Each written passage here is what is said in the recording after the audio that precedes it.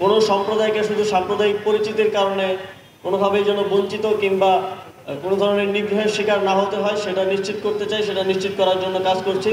গোষ্ঠী বিভিন্ন গ্রুপকে উস্কে দিয়ে হামলা, তারপর সংঘর্ষের মতো ঘটনা গতকালকে আপনারা দেখেছেন।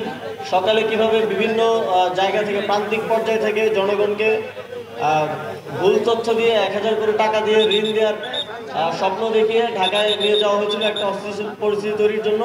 কিন্তু আমাদের আইনশৃঙ্খলা বাহিনী এবং সর্বোপরি ছাত্রদের অংশগ্রহণের মাধ্যমে সেই পরিকল্পনাকে নস্যাৎ করা হয়েছে এবং এই ধরনের আর কোনো ষড়যন্ত্র কিংবা পরিকল্পনা করা হলে সে বিষয়ে যথাযথ ব্যবস্থা নেওয়া হবে। আপনারা জানেন গতকাল যারা এটা সংগঠিত করার চেষ্টা করা হয়েছিল সেই অহিংস গণঅভ্যুত্থান বাংলাদেশের যে আহ্বায়ক তাকেও গ্রেফতার করে জিজ্ঞাসাবাদ করা হচ্ছে। বিকল্প ব্যবস্থা যতক্ষণ পর্যন্ত তৈরি না হয় ততক্ষণ পর্যন্ত আপনারা জানেন অনেকগুলো নাগরিক সেবা দেওয়ার প্রয়োজন হয়, সেজন্য এই কাঠামোগুলো এখনও রয়েছে।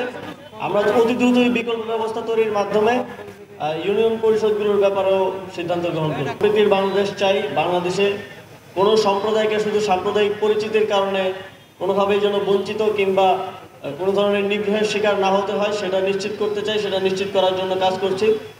তবে বাংলাদেশের সার্বভৌমত্ব, স্বাধীনতার উপর কোনো প্রকার হস্তক্ষেপ, কোনো প্রকার আঘাত আসে এবং রাষ্ট্রের প্রতি অবমাননা হয়, রাষ্ট্রদ্রোহের মতো ঘটনা ঘটলে সেক্ষেত্রে সরকার অবশ্যই কঠোর ব্যবস্থা নেবে এবং সেক্ষেত্রে একটা গ্রেফতারের ঘটনাকে কেন্দ্র করে এখন অস্থিতিশীল পরিস্থিতি তৈরির চেষ্টা করা হচ্ছে। আমরা স্পষ্টভাবে বলতে চাই, কেউ যদি রাষ্ট্রদ্রোহের মতো ঘটনায় যুক্ত থাকে, সে যেই হোক, যত বড় নেতাই হোক, তাকে কোনো প্রকার ছাড় দেওয়া হবে না। এবং এক্ষেত্রে এটা সম্প্রদায় বিবেচনায় নয়, এটা রাষ্ট্রের বিবেচনায়, রাষ্ট্রের নিরাপত্তা বিবেচনায় আইনশৃঙ্খলা বাহিনী এই ব্যবস্থা গ্রহণ করবে সামনের দিকে। দিন ধরে চলে আসা বৈষম্য রংপুরের দিকে